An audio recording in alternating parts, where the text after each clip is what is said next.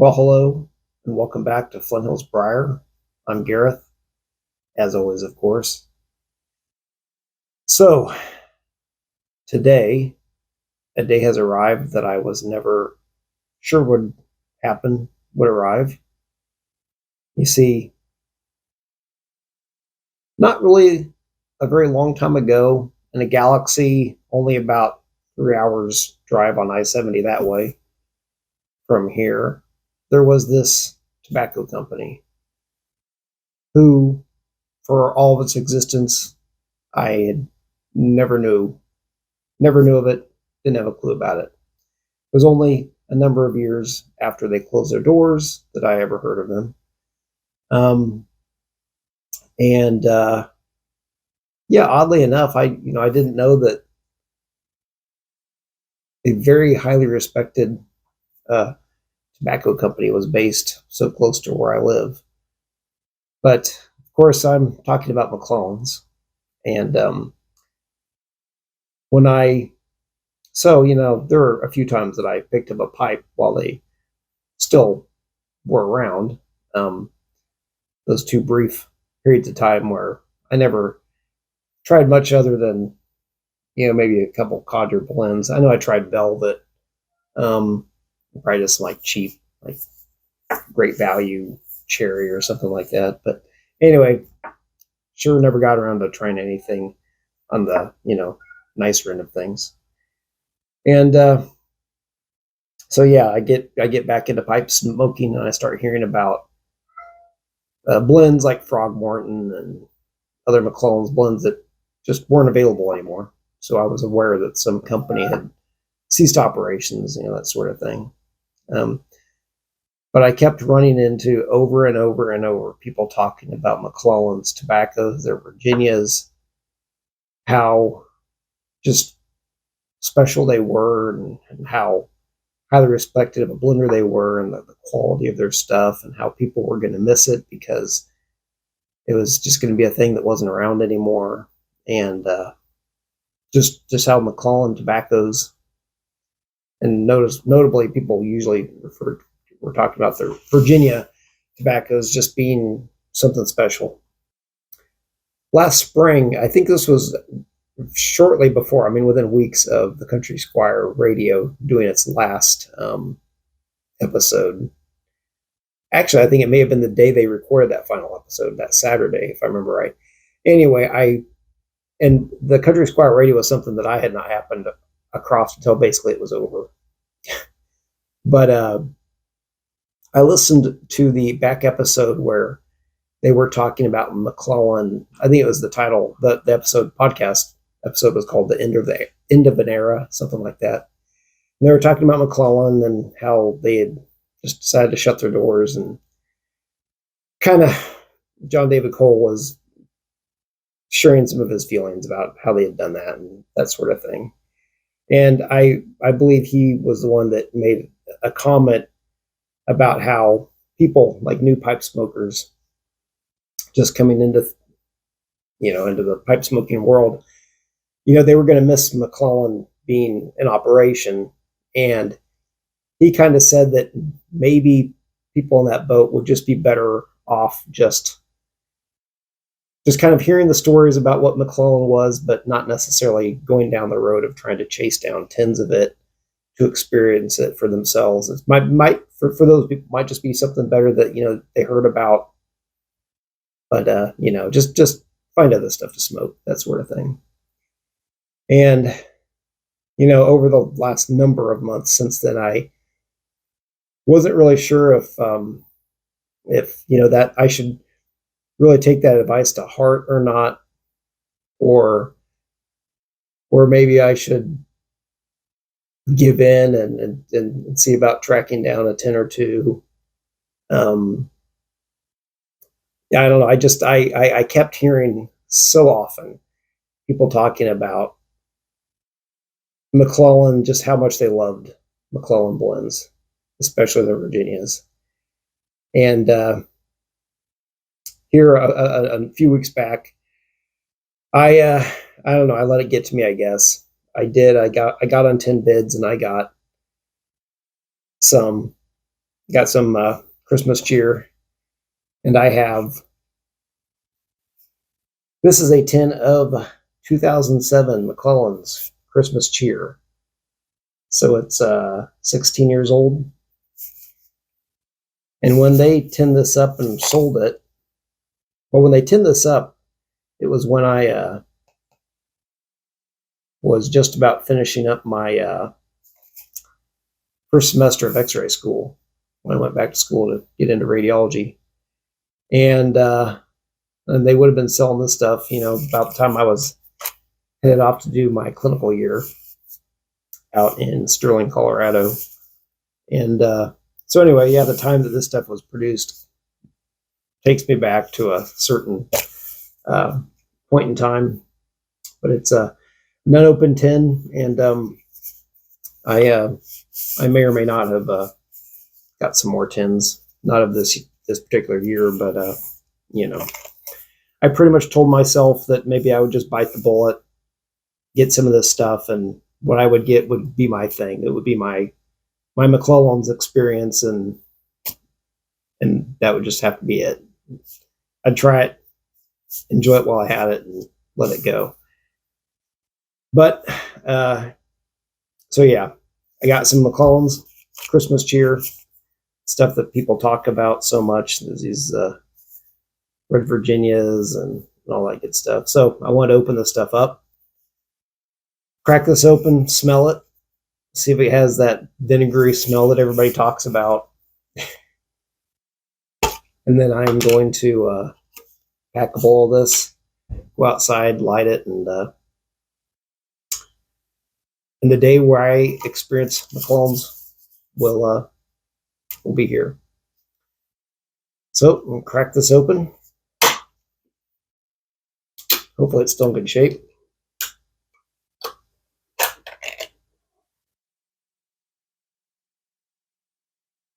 Definitely has that ketchupy smell.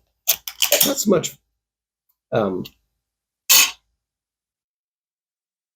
it's not so much vinegar to my nose as it is kind of that ketchupiness.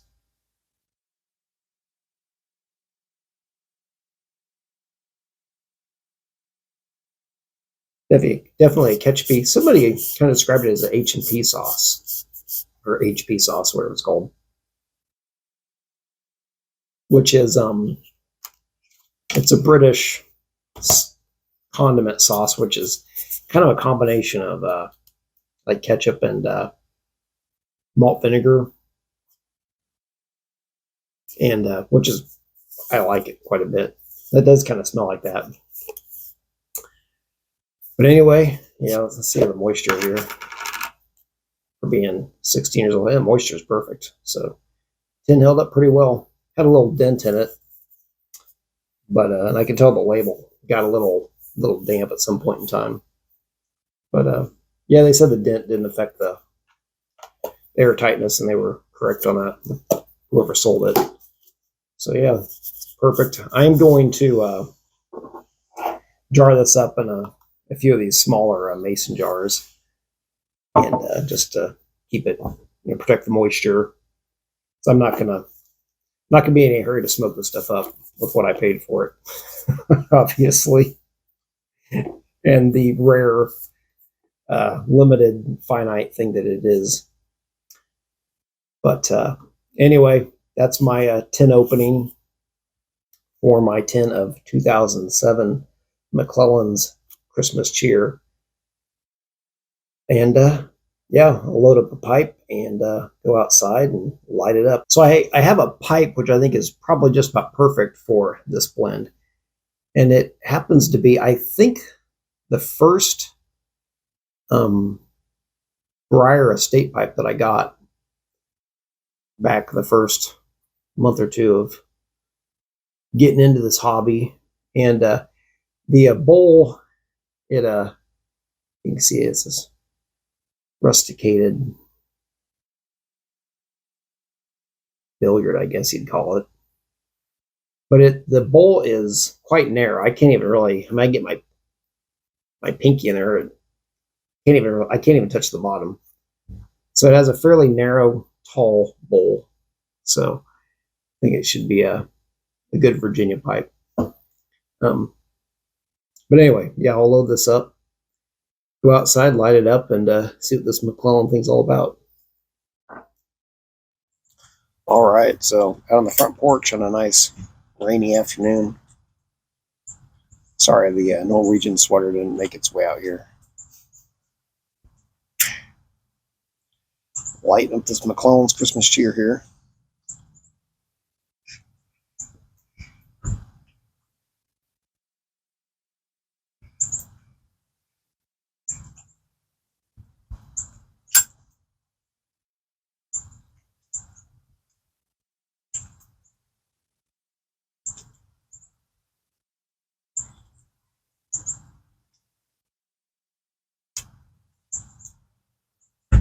Usually on a day like this, usually rainy, cloudy.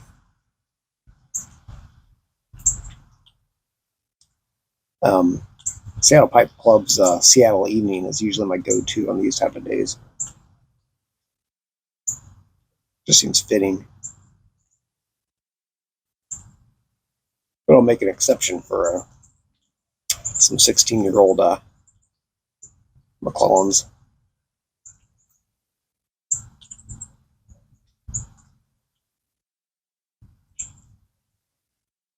Seems to light pretty easily.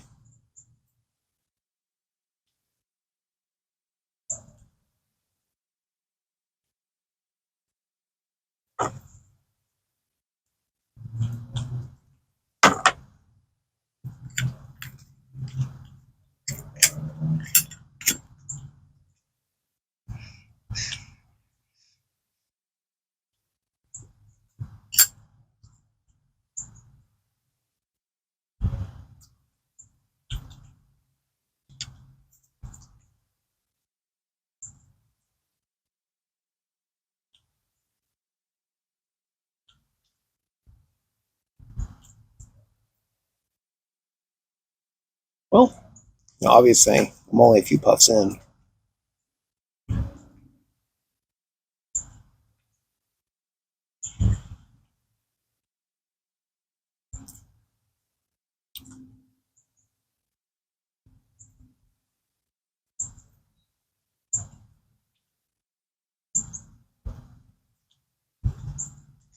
Very Virginia-y. Trying to compare it to other Virginias I've had.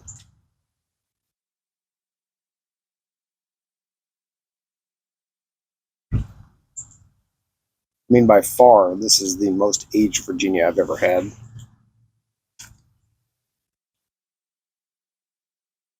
I've had other Virginias with a year, maybe 2 years of age on them.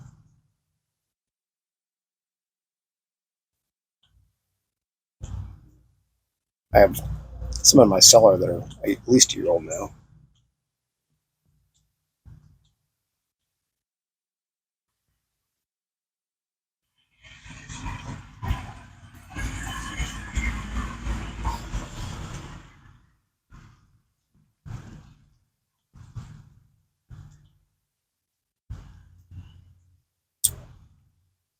It's just, I don't know, this is some very good stuff.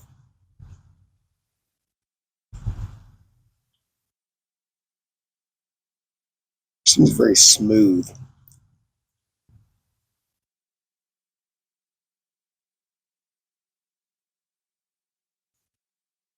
Smooth and mellow. It's really easy on my tongue. Which, if you've seen some of my other videos, you know sometimes I have issues, pretty bad issues with what I think is a chemical tongue bite.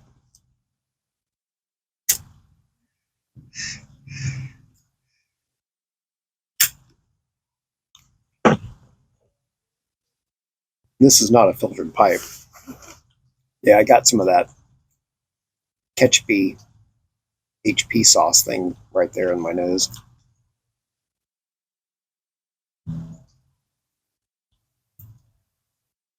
Which, I don't know if anybody that's ever going to watch this is thinking about getting some of this stuff. It maybe hasn't tried it before, but don't be scared up by the ketchupy thing. Might sound kind of gross. I mean, honestly, I'm not a huge ketchup fan. As the years have gone by, I've used it on stuff more or less and less. I'm at the point where I think ketchup ought to go on potato products. Like, I can even eat ketchup on boiled potatoes. I know that may sound kind of gross, but like fries and stuff, hamburgers. Although I do prefer like HP sauce on hamburgers or like steak sauce, something like that. Quite a while back, I quit eating ketchup on hot dogs. Just now, I think it's just wrong to put ketchup on hot dogs. But I'm not a big ketchup fan. So the ketchupiness of this does not strike me as gross at all. You get a little bit. I mean, you get it when you smell the tobacco itself.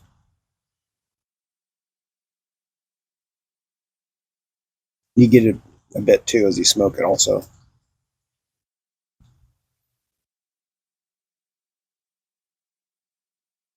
some very good stuff. Well, I'm going to sit and smoke this stuff down for a while, and I'll come back because why not? I mean, this isn't a review. I'm probably not somebody you want to listen to for flat out, full blown tobacco reviews because I'm not sure I smell things. I'm not sure I taste things as well as some people. But I'll come back with share my thoughts later. So smoke this bowl of 2007 McClelland's Christmas Cheer. See ya here in a bit. All right, so I'm back. I figure I better come back here before I lose my light. Because tonight the winter solstice arrives. So today / tomorrow is the shortest day of the year, daylight wise.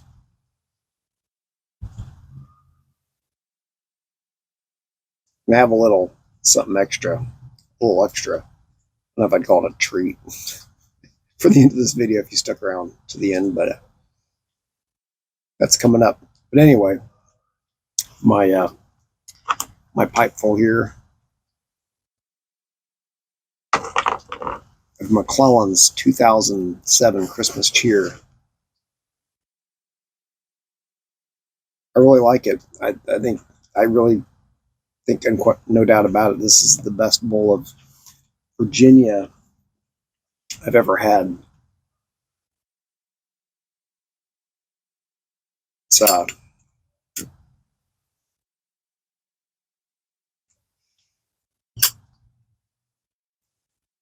It's it's very smooth.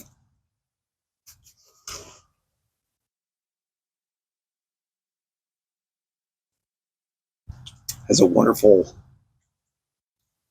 sweetness to it, but it's like, I don't know, it's like a matured, smoothed out sweetness. Has that ketchupiness, which, like I said, don't be frightened off by that if you think ketchup's disgusting. If you're actually looking to get some of this. And very, very briefly, I got this, I almost would describe it as, I guess, barbecue sort of esque thing that hit me. It was very brief, and I haven't had that happen more than once. I don't know if that was just my brain seeing some weird things very, very briefly.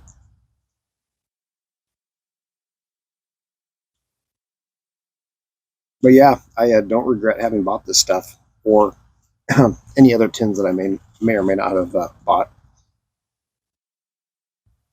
I was thinking, I don't know, in my experience, a bowl of pipe tobacco burns as long as a cigar for the most part. And, you can easily spend 10, $15 for a decent cigar. This is definitely a decent pipe tobacco. This is some wonderful stuff. So, you know, it's a 100-gram tin. So enjoying a bowl full of this stuff compared to a $10 cigar or a $15 cigar, I mean, you're still, I mean, this stuff's way cheaper still.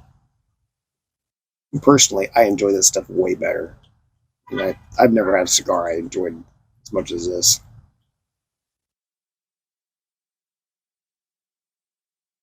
So yeah, I've finally tried some McClellands. This stuff is some very well aged McClellands too. And yeah, I can see why people love McClellands. Loved/love McClellands. First, when I lit this up, I was almost afraid that I wasn't going to see anything all that special with it. I was very afraid that that may happen, but no, this stuff is just beautifully smooth. It's treated my tongue very well.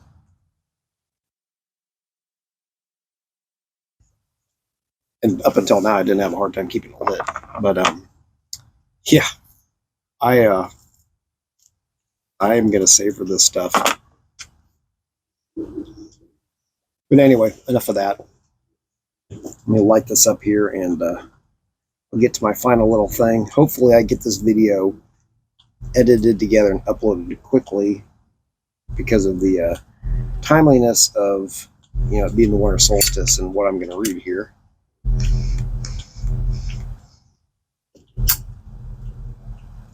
The winter solstice always makes me think of this poem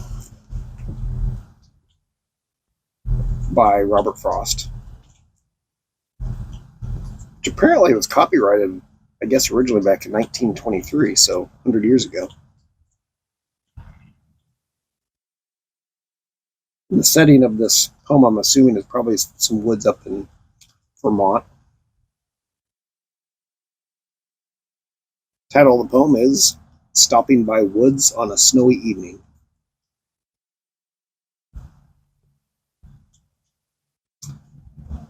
Whose woods these are, I think I know. His house is in the village, though. He will not see me stopping here to watch his woods fill up with snow. My little horse must think it queer to stop without a farmhouse near, between the woods and frozen lake, the darkest evening of the year. He gives his harness bells a shake to ask if there is some mistake. The only other sounds the sweep of an easy wind and downy flake. The woods are lovely, dark, and deep, but I have promises to keep, and miles to go before I sleep, and miles to go before I sleep.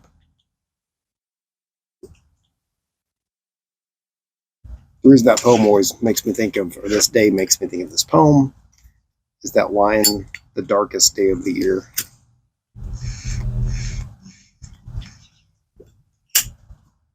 Which, being winter in the poem and the darkest day, I take to be the winter solstice. And I know this poem, that line, the woods are lovely, dark, and deep, but I have promises to keep and miles to go before I sleep. I know some people see in that maybe a rather depressing and maybe even worse sort of thing going on. And I don't disagree with that. I think that's quite possibly maybe what he was hinting at in the poem, but I think it ends on a hopeful note. So I just wanted to share that on the solstice today. Have a happy solstice, just as a astronomical event. I don't celebrate it as anything but that. The sun's coming back, and here in a few days, some of us celebrate the another sun coming to Earth. A word made flesh that dwelt among us. And I kind of doubt I'm going to put out another video between here, or make another video and put it out between here and Christmas. So take this opportunity to wish everybody a Merry Christmas and a Happy New Year. And Thanks for watching. I'm Gareth with Flint Hills Briar. See you next time.